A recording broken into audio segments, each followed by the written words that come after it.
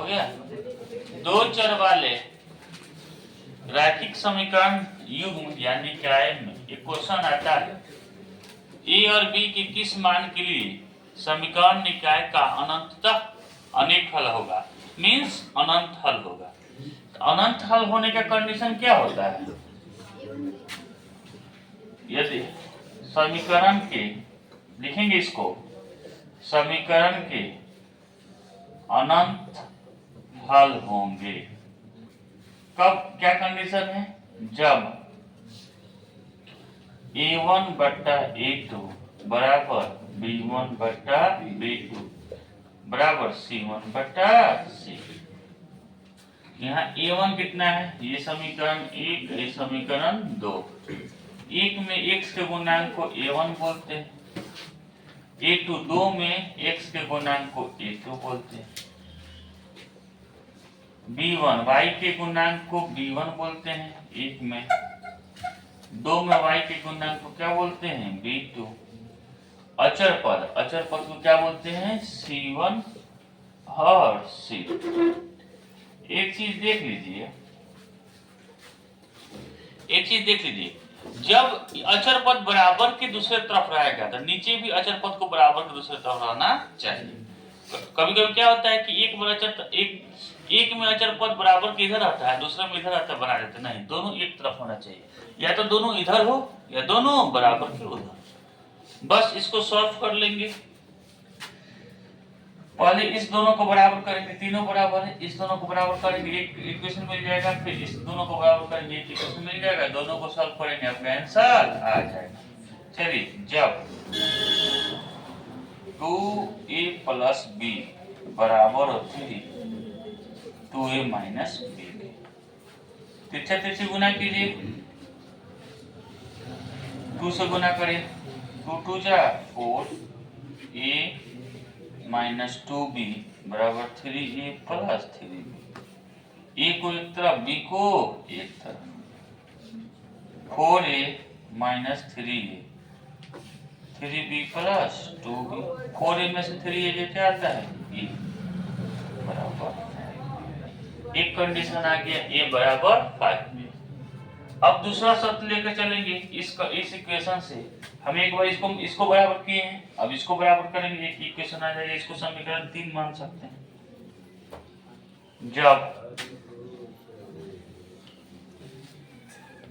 3/2a minus b बराबर 7/3 into a plus b plus 1। तिरछे गुना करिए, 3 में 3 से गुना करेंगे 9a प्लस b प्लस 1। 7 से गुना कर दीजिए, इसमें बात मत कीजिए, 9a प्लस 9b प्लस 9, 7 दूना 14a माइनस 7। एक को इधर, बी को इधर कीजिए, 9a माइनस 14a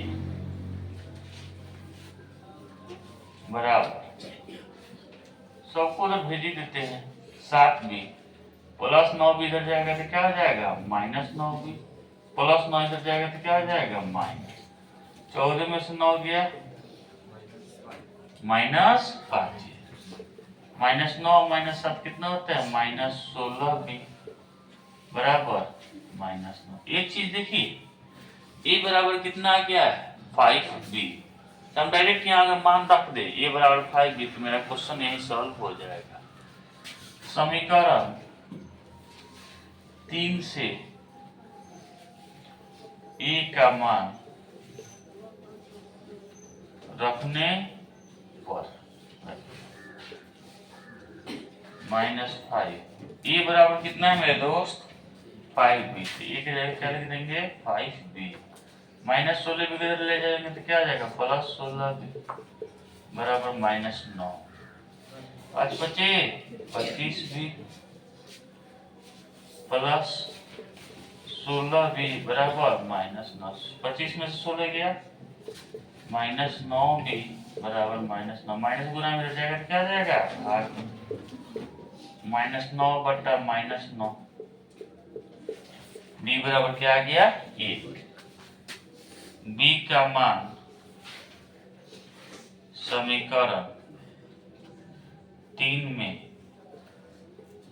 रखने पर 3 में रखिए a बराबर 5 इंटू बी, बी कितना है 1, इसलिए a बराबर कितना आ गया 5, अतः a बराबर 5 तथा b बराबर 1।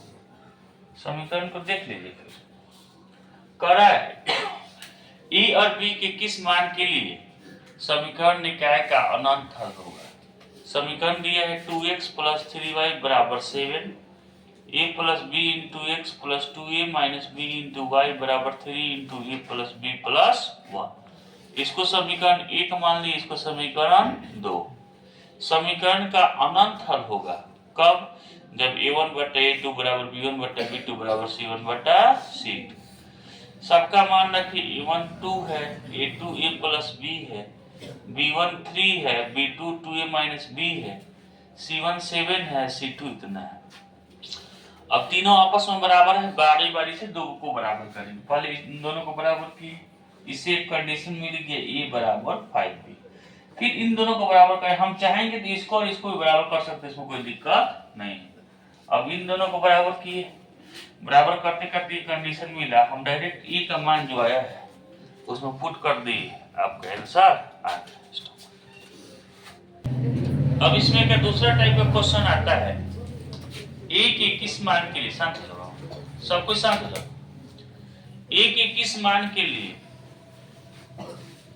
समीकरण निकाय का कोई हल नहीं होगा। समीकरण दिया है x प्लस 2y बराबर 5, 3x प्लस ay प्लस 15 बराबर 0। देखिए एक में अचर पद बराबर के दाहिने है, एक में बराबर के बाएं है, हमको दोनों में एक ही कंडीशन, या तो इसको इधर भेज दीजिए या इसको इधर भेज दीजिए। तो इस ऊपर लिख चुके हैं समीकरण ए, तो इसको ही इधर भेज देते हैं। 3x प्लस ay माइनस 15, इसको समीकरण 2। कंडीशन है कि कोई हल नहीं होगा, तो हम लिखते हैं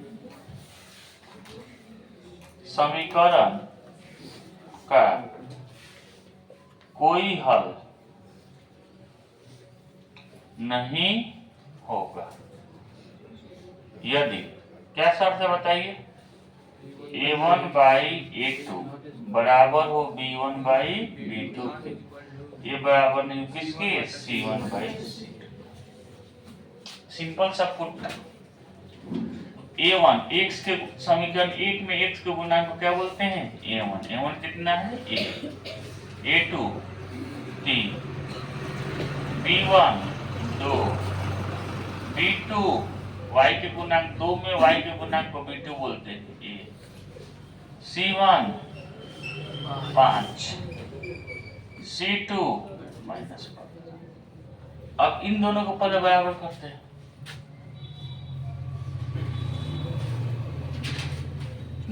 यदि 1/3 बराबर 2/a, फिर से गुना करेंगे, a बराबर 6, a बराबर 6, पुनः इन दोनों को बराबर कीजिए।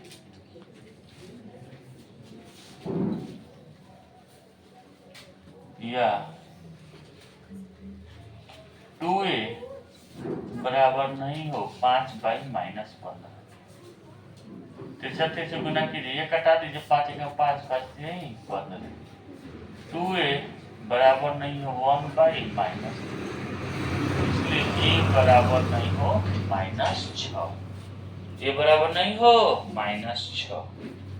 तो दो को शर्त मिला, इसलिए ए बराबर हो 6 के या ए बराबर हो -6। इसका मतलब समझ जाइए, मतलब समीकरण निकाय का कोई हल नहीं होगा कब, यदि ए बराबर हो 6 के।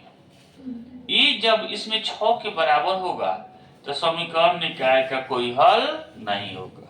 या दूसरा कि ए बराबर नहीं हो -6 के, मतलब ए -6 नहीं आना चाहिए। -6 अगर आ गया तो समीकरण का कोई ना दूसरा हल हो जाएगा। ए तो इसका यही आंसर है कि ये बराबर या तो 6 के हो या -6 के। इसको हम प्रूफ करके दिखाते हैं कैसे क्वेश्चन आ रहा है। जांच, समीकरण है x + 2y बराबर 5, 3x + ay बराबर -15। एक बार 6 रखिए ए की जगह जब 6 रखेंगे तो देखिए रिलेशन निकालिए, a1/a2 बराबर कितना हो जाएगा 1/3, b1/b2 2/6 1/3, c1/c2 5/-15 -1/3। देखिए यहाँ a1/a2 बराबर है b1/b2 के, लेकिन वो बराबर नहीं किसके, c1/c2 के, माइनस है, बराबर नहीं है। मतलब समीकरण निकाय का कैसा होगा, कोई हल, यही ना शर्त होता है कोई हल नहीं होने का, समीकरण निकाय का कोई हल नहीं होगा। ये कब कंडीशन है, जब a बराबर 6 था। पुनः जब a बराबर -6 रखे, क्वेश्चन कह रहा है a बराबर -6 नहीं होना चाहिए। हम -6 रख कर देखते हैं क्या हो रहा है। रखिए समीकरण क्या हो जाएगा, 1x + 2y बराबर 5, 3x, a की जगह क्या रखना है -6, -6y, यहाँ a था ना, प्लस ay -15, a की जगह -6 रखिए। तब देखिए a1/a2 निकालिए, हम यहाँ निकाल रहे हैं a1/a2, a1/a2 1/3, b1/b2 2/-6 -1/3। यहाँ देख लीजिए, यहाँ तुरंत देख लीजिए, a1/a2 कितना है 1/3, b1/b2 कितना है -1/3। मतलब a1/a2 बराबर नहीं किसके, b1/b2 के। और जब a1/a2 बराबर नहीं हो b1/b2 के तो समीकरण कैसा हल होता है, अद्वितीय हल होता है। इसलिए कह रहा है कि a बराबर नहीं हो -6 के, मतलब a अगर -6 के बराबर आ जाएगा, इस समीकरण का कोई हल नहीं की जगह कौन सा हल होगा, अद्वितीय एक हल होगा। ठीक है ना, या तो a 6 के बराबर हो या a -6 के बराबर नहीं हो। स्टॉप करो। अब तीसरा टाइप का क्वेश्चन इसमें आता है, a के किस मान के लिए समीकरण, रैखिक समीकरण निकाय का, रैखिक समीकरण निकाय को इंग्लिश में बोलते हैं system of linear equation in two variables का अद्वितीय हल, यूनिक सॉल्यूशन होगा। तो समीकरण आपका दिया है ax + 2y बराबर 5, 3x + y बराबर 1। तो लिखेंगे समीकरण का अद्वितीय हल होगा कब, यदि a1/a2 बराबर नहीं हो किसके, b1/b2। इसमें सिंपल, a1 कितना है a2 3, b1 2, b2 1, इसलिए a बराबर नहीं हो किसके 6। मतलब a 6 के अलावा कोई भी संख्या आएगा इस समीकरण का कैसा हल होगा, अद्वितीय। 6 के अलावा कोई भी संख्या ले लेंगे तो समीकरण का कैसा हल होगा, अद्वितीय। लेकिन 6 ले लेंगे तो यूनिक सॉल्यूशन नहीं होगा, अद्वितीय हल नहीं होगा। सिंपल हो गया, बन गया। एक क्वेश्चन 2018 में पूछा है फाइनल एग्जाम में, यदि 2k - 1 और k समीकरण 10x - 9y बराबर 12 के हल हो तो k का मान ज्ञात करें। देखिए ये कोऑर्डिनेट्स, ये मान इस समीकरण का हल है। हल है मतलब ये मान इस समीकरण में रखेंगे तो हमको फुलफिल हो जाएगा। इसमें रख देंगे तो लेफ्ट हैंड साइड और राइट हैंड साइड क्या हो जाएगा, बराबर। यहाँ देखिए पहले x आता है और y, 2k-1 और k, इस समीकरण का हल है। मतलब यहाँ x कितना है 2k-1, y कितना है k, ठीक है ना, समझ रहे हैं ना। लिखेंगे x एवं y का मान समीकरण में रखने पर रखिए 10 इंटू एक्स के जगह क्या लिखेंगे 2k-1 माइनस 9, y की जगह क्या लिखेंगे k बराबर 12। जब समीकरण का हल होता है तो उस मान को समीकरण में डायरेक्ट पुट कर दिया जाता है, अननोन क्वांटिटी का मान आ जाता है। तो 10 से गुणा कीजिए, 10 दूना 20 के माइनस 10 माइनस 9 के बराबर 12।